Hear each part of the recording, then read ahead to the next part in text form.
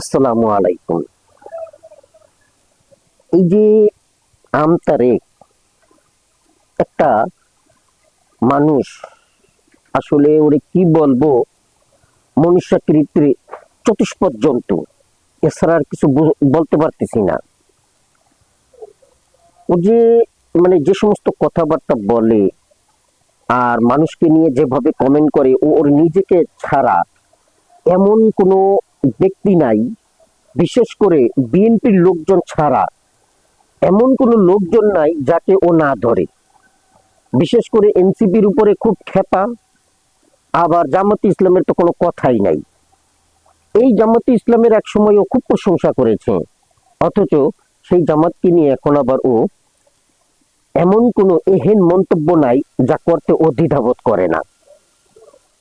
দেখুন একটা ভিডিওতে কি বলেছে। দেখেন হাসনাত আব্দুল্লাহ তার আসন নিয়ে, ভাই তোর এত বড় হ্যাডাম, তুই প্রতিযোগিতা করতে ভয় পাস কেন? তাই না? পুরুষ মানুষের ভয় পাওয়ার কথা। হ্যাঁ, তাই না? এত সাহসী ভাব, আবার সেনাবাহিনীর এপিসিতে করে উঠে পালাইছে। ঠিক আছে, এখন বিএনপির নিরীহ নেতা মুন্সি ভাইকে হে পাইয়ে বসছে, জায়গায় জায়গায় অপমান করতেছে, অসম্মান করতেছে। এ তো দেখেন, বিএনপি নেতৃবৃন্দ সেই 2004 সালে 5 সালে ঋণ নিছে, এই সময়ের মধ্যে ব্যবসা করতে পারছে? বিভিন্নভাবে ঋণ খেলাপি হয়ে গেছে। ঋণ খেলাপি থেকে আপনার হলো ফিরে আসার উপায় কি? একটা নির্দিষ্ট অ্যামাউন্ট ফেরত দিয়ে এটা তফসিলি হওয়া, পুনরায় রিশিডিউল করা। সেই রিশিডিউল করা সবার জন্য যেই নিয়ম, ওনার ক্ষেত্রে একই নিয়ম হবে, কিন্তু না, ওনাকে আটকাইতে হবে। ডক্টর ইউনূস চায় বিনা প্রতিযোগিতা দুই একটা পোলাপানরা এখানে বের করে আসতে চায়। এত হ্যাডাম, নির্বাচন করে বের হয়ে আসো, এত ষড়যন্ত্র কেন? হ্যাঁ, এইভাবেই বাজে মন্তব্য ও করে থাকে। বিভিন্ন ভাবে বিভিন্ন জনকে নিয়ে মানুষকে অপদস্থ করাই হচ্ছে ওর একটা চরম লক্ষ্য হয়ে দাঁড়িয়েছে। দেখেন হাসনাত আব্দুল্লাহ তার আসন নিয়ে, ভাই তোর এত বড় হ্যাডাম, তুই প্রতিযোগিতা করতে ভয় পাস কেন? তাই না? পুরুষ মানুষের ভয় পাওয়ার কথা। হ্যাঁ, তাই না? এত সাহসী ভাব। এখানে ও কি বললো? হ্যাডাম, হাসনাতের হ্যাডাম নিয়ে প্রশ্ন করেছে। আরে ভাই, ও তো হ্যাডাম অবশ্যই আছে। হ্যাডাম না থাকলে ও কি সাধারণ একজন ছাত্র থেকে আজকে এই পর্যায়ে আসতে পারে? আজকে ওর জায়গা কোটি মানুষের হৃদয়ে ছেয়ে গেছে। কেন? কি কারণ? এই হ্যাডামের কারণেই। এখন তুমি কোন হ্যাডাম বলতেছো? এই হ্যাডাম থাকা কি ভালো না? পারলে তুমি তৈরি করো নিজের মধ্যে এই হ্যাডামটা। অন্যের হ্যাডাম দেখে তুমি কেন জ্বলো? তুমি কেন মানুষের সামনে এই নাসিরুদ্দিন পাটোয়ারি, হাসনাত আব্দুল্লাহ, সার্জিস, নাহিদ ওদেরকে নিয়ে বলো? হ্যাঁ ঠিক আছে, দেশ গঠনের জন্য যেটা প্রয়োজন সেটা বলো, কিন্তু এইখানে তুমি যে হাসনাতকে নিয়ে বলতেছো কথাগুলা, এই ছেলেটা নাকি বিশ্ববিদ্যালয়ের ছাত্র। এই যে কথাগুলো বললো, সে একজন নিরীহ মানুষ। হ্যাঁ, তার প্রতি তুমি কেন লাগছো? তুমি কি বিনা প্রতিদ্বন্দ্বিতায় তাহলে পাস করতে চাও? এখন বিএনপির নিরীহ নেতা মুন্সি ভাইকে হে পাইয়ে বসছে, জায়গায় জায়গায় অপমান করতেছে, অসম্মান করতেছে। এ তো দেখেন, বিএনপি নেতৃবৃন্দ সেই 2004 সালে 5 সালে ঋণ নিছে, এই সময়ের মধ্যে ব্যবসা করতে পারছে? বিভিন্নভাবে ঋণ খেলাপি হয়ে গেছে। ঋণ খেলাপি থেকে আপনার হলো ফিরে আসার উপায় কি? একটা নির্দিষ্ট অ্যামাউন্ট ফেরত দিয়ে এটা তফসিলি হওয়া, পুনরায় রিশিডিউল করা। সেই রিশিডিউল করা সবার জন্য যেই নিয়ম, ওনার ক্ষেত্রে একই নিয়ম হবে, কিন্তু না, ওনাকে আটকাইতে হবে। আচ্ছা, এই যে নিরীহ মানুষ বললা, এই ভিডিও থেকে কি দেখা যায়? এই লোকটা নিজে চলতে পারতেছে না। এখন সে চলতে অপরের সাহায্য ছাড়া সে চলতে পারে না। তো এমন একটা ব্যক্তিকে দিয়ে আমাদের দেশের কি উন্নয়ন হবে? আমাদের দেশের উন্নয়নের জন্য দরকারই তো এখন তরুণ টকবগে লোক। হতে পারে তার বয়স 50 ঊর্ধ্ব হতে পারে, কিন্তু সে টকবগে হতে হবে। তার চলার ক্ষমতা থাকতে হবে, ব্রেনের কার্যকরী ক্ষমতা থাকতে হবে। এই লোকটিকে দেখে কি তোমার মনে হয় যে, এই নিরীহ লোকটিকে দেখে কি তোমার মনে হয় যে এই একটা আসন চালাবার মতন ক্ষমতা তার আছে? তার কি এখন পদত্যাগ করা উচিত না? আচ্ছা, এই কথায় না হয় নাই আসুন। এখন তুমি বলতেছো নিরীহ মানুষ বিনা প্রতিদ্বন্দ্বিতায় সে আসতে চায়। আচ্ছা, বিনা প্রতিদ্বন্দ্বিতা কেন আসবে? বিনা প্রতিদ্বন্দ্বিতা কাকে বলে? শেখ হাসিনার আমলে যখন সে নির্বাচন করেছে, তখন রাজনৈতিক মাঠ ফাঁকা ছিল, সেখানে কোনো প্রতিদ্বন্দ্বী ছিল না। তারা একারাই দাঁড়িয়েছে, একারাই জয়ী হয়েছে। হাসনাত কি এখানে একা দাঁড়িয়েছে? তাহলে তুমি এই শব্দটা কেন ব্যবহার করতেছো যে বিনা বিনা প্রতিদ্বন্দ্বিতায়? প্রথমে আমার প্রিয় ও যেমন দাঁড়িয়েছে, 212 মঞ্জুরুল হক মুন্সিও দাঁড়িয়েছে।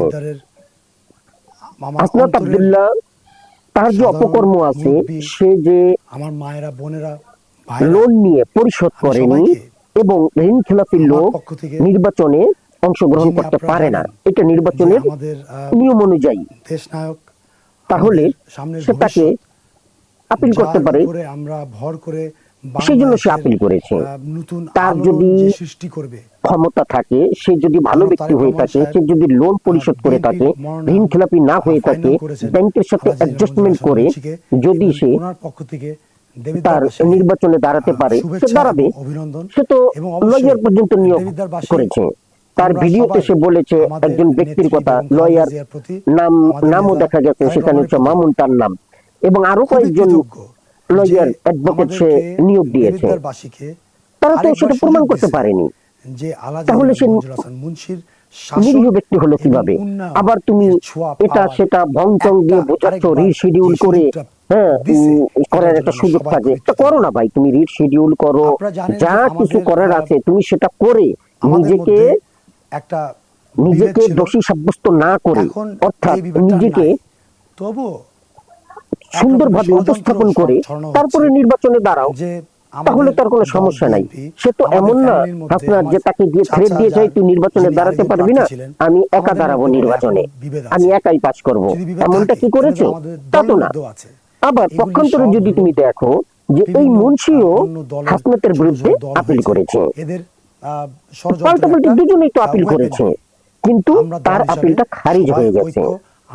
আর মুন্সি সাহেবের হাসনাত সাহেব যে আপিলটা করেছে, সেই আপিলটা তাতে সে দোষী সাব্যস্ত হয়েছে, ঋণ খেলাপি হয়েছে, এই জন্য সে কোন রকমের বিভেদ নাই, বরখাস্ত হয়েছে, সে নির্বাচনে দাঁড়াতে পারবে না।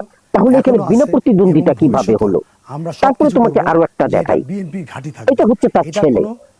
আমার বাবা আলহাজ ইঞ্জিনিয়ার মঞ্জুর হাসান মুন্সির পক্ষ থেকে ব্যক্তির এই ছেলেও বিভিন্ন সভা সেমিনার করে থাকে, দেখলে তো, সেও সভা সেমিনার বিভিন্ন জায়গায় বিভিন্ন রাজনৈতিক প্রোগ্রামে অংশ নিয়ে থাকে। তা ভাই, তুমি যদি মাঠ ফাঁকা রাখতে না চাও, তোমার ছেলেকে দাঁড় করিয়ে দাও বিএনপির পক্ষ থেকে, সমস্যা কি? এখানে বিনা প্রতিদ্বন্দ্বিতা লড়তে চাচ্ছে কোথায়? তার ছেলেকে দাঁড় করিয়ে দাও। আচ্ছা, এখানেই শেষ না, তুমি হয়তো ভালো করেই জানো, যেটা তুমি প্রচার করো না আর কি, তুমি ভালো করেই জানো তার স্ত্রীও ওই কেন্দ্রেই, ওই আসনেই তার স্ত্রী স্বতন্ত্র প্রার্থী হিসেবে দাঁড়িয়েছে, এবং আদারওয়াইজ আরো 2-4টা দল আছে। তাহলে তুমি কিভাবে শব্দটা ব্যবহার করো যে বিনা প্রতিদ্বন্দ্বিতায়, তার হেডাম আছে, তো বিনা প্রতিদ্বন্দ্বিতায় সে কেন নির্বাচিত হতে চাচ্ছে?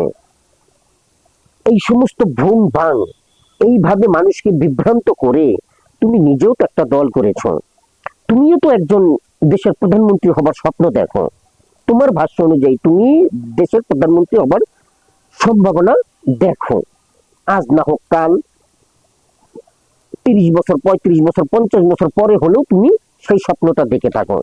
তা তুমি যে কার্যকলাপ গুলো করতেছো, এতে কি তোমার রেপুটেশন ভালো হচ্ছে? এই কাজগুলো কি তোমার জন্য ঠিক হচ্ছে? তোমার সাথে তুলনা করা যায় just like as Hero Alom, না না না, এমন বলবো না, হিরো আলমের সাথে তুলনা করলেও হিরো আলমের অপমান করা হবে, কারণ হিরো আলম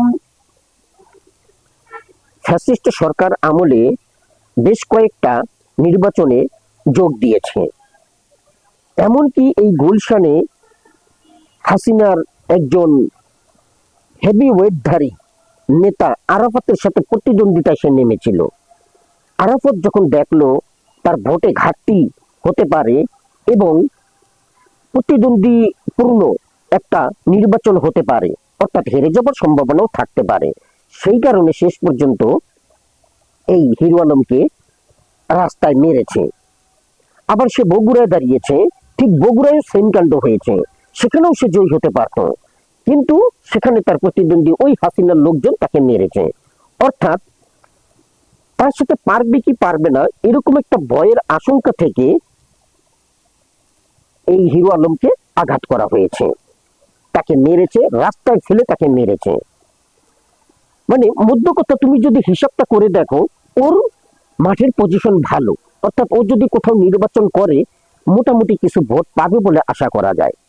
কিন্তু আমি চ্যালেঞ্জ দিতে পারি, আমি গ্যারান্টি দিচ্ছি, এই যে তুমি ঢাকা 12 আসনে দাঁড়িয়েছো, তোমার তো জামানত থাকবে না। তুমি নিজেও ভালো করে জানো যে তোমার জামানত থাকবে না, কিন্তু তুমি একটা অভিজ্ঞতা সঞ্চয়ের জন্য, এক্সপিরিয়েন্সের জন্য, জামানত হারিয়েই একটা এক্সপিরিয়েন্সের জন্য এই নির্বাচনে দাঁড়িয়েছো। যে সকল মানুষ তোমাকে হেল্প করেছে, টাকা দিয়েছে, তোমার নিজের ভাষ্য অনুযায়ী 3,01,000 টাকা পেয়েছো, এবং তোমারই বন্ধু মহলে আরো কেউ একজন, তোমারই শুভাকাঙ্ক্ষী একজন আরো 2 লাখ টাকা দেবে বলে তুমি বলেছো, এই টাকাগুলো তো তুমি নির্বাচনে খরচ করবে না। এটা আমি খুব ভালো করে জানি, কারণ তোমার ইচ্ছা হচ্ছে তুমি একটা ব্যবসা করবে, এবং ব্যবসা করে তোমার একটা নিজস্ব আয়ের পথ তৈরি করবে। আর এই রাজনীতিটা হচ্ছে আপাতত সাইড, এটা ভবিষ্যতে কাজে লাগাবে, সেই দূরদর্শিতার চিন্তা ভাবনা করে তুমি এগোচ্ছ। এখন তুমি নিজেও চিন্তা করে দেখো, এই যে আমি হিরো আলমের সাথে তোমার উদাহরণ দিলাম, তুমি নিজেই চিন্তা করে দেখো, ঢাকা 12 আসনে তুমি বিভিন্ন ভাবে নির্বাচনে প্রচার করতেছো। আমি দেখলাম একটা ছেলেকে তুমি বললে যে, ভাই আপনি আমাকে চিনেন না, আমি তারেক রহমান, আপনি একটা কাজ করেন, একটু এই খুবই বিনয়ের সহিত যে আপনি মোবাইলে যান, মোবাইলে গিয়ে আমার নামটা লিখে একটু সার্চ দেন, তাহলেই দেখবেন যে আমি কি। তাহলে তুমি চিন্তা করে দেখো, এই কথাটা দিয়েই তুমি চিন্তা করে দেখো যে তোমাকে সার্চ দিয়ে বের করতে হবে তাকে, ওই লোকটাকে, তোমার মতন লোককে তুমি কিন্তু শুধু বাংলাদেশে না, বিশ্ব পপুলার হয়েছে, বা ভাইরাল হয়েছে, সরি পপুলার বললে ভুল হবে, ভাইরাল হয়েছে। পপুলার এক জিনিস, ভাইরাল এক জিনিস। তোমাকে সবাই চেনে, অথচ ওই ছেলেটা চেনে না। ঢাকা 12 আসনেরই ছেলে, যার কাছে তুমি ভোট প্রত্যাশী, সেই ছেলেটা তোমাকে চেনে না। আর সেই চেনার জন্য তুমি তাকে ইন্টারনেটের আশ্রয় নিতে বলতেছো। তাহলে তোমার পজিশনটা কোথায়? এখন আসি ভাইরালের ব্যাপারে।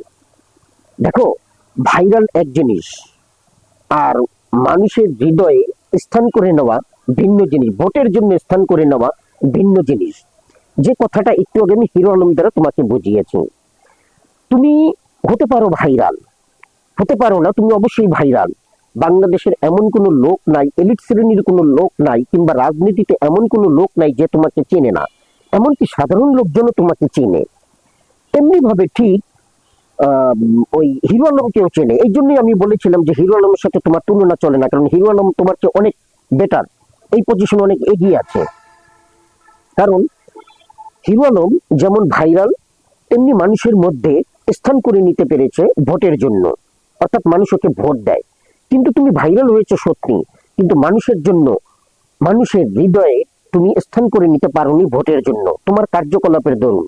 তুমি নিজেও একজন এই ভোটের প্রচারণার ক্ষেত্রে এক দোকানে গিয়ে বলেছো, এবং কিছু মুরব্বীর কাছেও তুমি কথা দিয়েছো যে তারা যখন তোমার এই কথাবার্তা নিয়ে তোমাকে বলেছে, তোমাকে বুঝিয়েছে যে তুমি এই ধরনের কার্যকলাপগুলো থেকে বিরত হও, তখন তুমি নিজেও স্বীকার করেছো যে হ্যাঁ, আমি একটু মানুষ সম্বন্ধে আলোচনা করি আর এগুলো একটু নেগেটিভ হয়ে যায়, তো আমিও চিন্তা করতেছি যে এগুলো একটু ধীরে ধীরে কমিয়ে দেব। অর্থাৎ তুমি নিজেও জানো যে তোমার এই কাজগুলো ঠিক হচ্ছে না, আর এই কাজগুলোকে তুমি কমাতে চাও। অর্থাৎ সম্পূর্ণভাবে মোরাল অফ দ্য হিস্টরি যদি সূক্ষ্মভাবে বিবেচনা করা হয়, তাহলে বোঝা যায় যে এই কাজগুলো তুমি নিজে থেকেই করতেছো। এই যে হাসনাতের বিরুদ্ধে, নাহিদের বিরুদ্ধে, সার্জিসের বিরুদ্ধে, ডক্টর শফিকুর রহমানের বিরুদ্ধে, পুরো জামায়াতের বিরুদ্ধে, হ্যাঁ, সবার পিছনে যে তুমি লাগো, আর বিএনপির জন্য শুধুমাত্র না, থাক আমি এই শব্দটা ইউজ করবো না, বিসিবি নাজমুল হক যে শব্দটা বলেছে, এই শব্দটা তোমার জন্য একেবারে পারফেক্ট, বাট আমি ইউজ করবো না, আমি ইউজ করতে চাচ্ছি না তোমার জন্য এই শব্দটা। তবে তুমি সেই কাজটাই করে যাচ্ছ, এই কাজটা করে যাচ্ছ তুমি অত্যন্ত সূক্ষ্ম দূরদর্শিতার সাহায্যে। তুমি একটা নীল নকশা তৈরি করেছো যে কিভাবে আমি ভাইরাল হতে পারি। এমন কোনো মানুষ নাই যে আমাকে চিনবে না।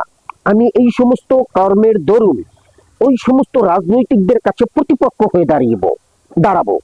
তারা তখন আমাকে প্রোটেক্ট করবে, তারা আমার সাথে লড়তে আসবে, তারা আমাকে মারবে, তারা আমার নামে মামলা করবে, তখন আমি সেগুলোকে ফেস করব। এই ফেস করার দরুন মানুষের সিম্প্যাথিটি অর্জন করব, অর্থাৎ মানুষ তখন আমাকে সিম্প্যাথিটি দেবে, আর এই সিম্প্যাথিটির বদৌলতে আমি তাদের হৃদয়ে ভোটের জন্য স্থান করে নেব। এই হচ্ছে তোমার দূরদর্শিতা। হ্যাঁ, ভালো, দেখো, করো। এটা করেও যদি তুমি মানুষের ভোট পাও, আজ না হোক 50 বছর পরে হোক বা 40 বছর পরে হোক, তুমি ভোট পেতেও পারো, এটা হতেও পারে। কিন্তু এই জীবনে যা করতেছো, এগুলো কি সব মানুষ ভুলে যাবে? এগুলো তো সবই রেকর্ডেড। আমার মতন মানুষ তোমাকে কখনো ভোট দেবে? কুমিল্লার মানুষ, আমি জানি, যতটুকু আমার লাইফ এক্সপিরিয়েন্সে দেখেছি, কুমিল্লার মানুষকে ইতর বলে। তো দেখো, হাসনাত সেই কুমিল্লার ছেলে, অথচ আমার মনে আশা জাগে হাসনাতের মতন ছেলে যদি আমার আসনে হতো, আমি ওকে একটা ভোট দিতাম। কিন্তু তুমি এই দেশের জন্য মার খেয়েছো, তুমি আমতারেক এই দেশের জন্য মার খেয়েছো, ফ্যাসিস্টের জন্য লড়েছো, আবার সেই ফ্যাসিস্টকে আনতে চাচ্ছ। তুমি ভোটকে সুশৃঙ্খল ভাবে সম্পন্ন করার জন্য আওয়ামী লীগ থাকা দরকার, সেইটা প্রমাণ করতে চাইতেছো। এই যে কাজগুলো করতেছো, আর এই সকল কাজের দরুন তোমার যে রেপুটেশন, তুমি যে দূরদর্শিতা নীল নকশা নিয়ে এগোচ্ছ, তাতে তুমি সফল কাম হতে পারবে না, আমার মনে হয় না। বাংলাদেশে এখন পর্যন্ত অনেকগুলো দল আছে, রাজনৈতিক দল আছে।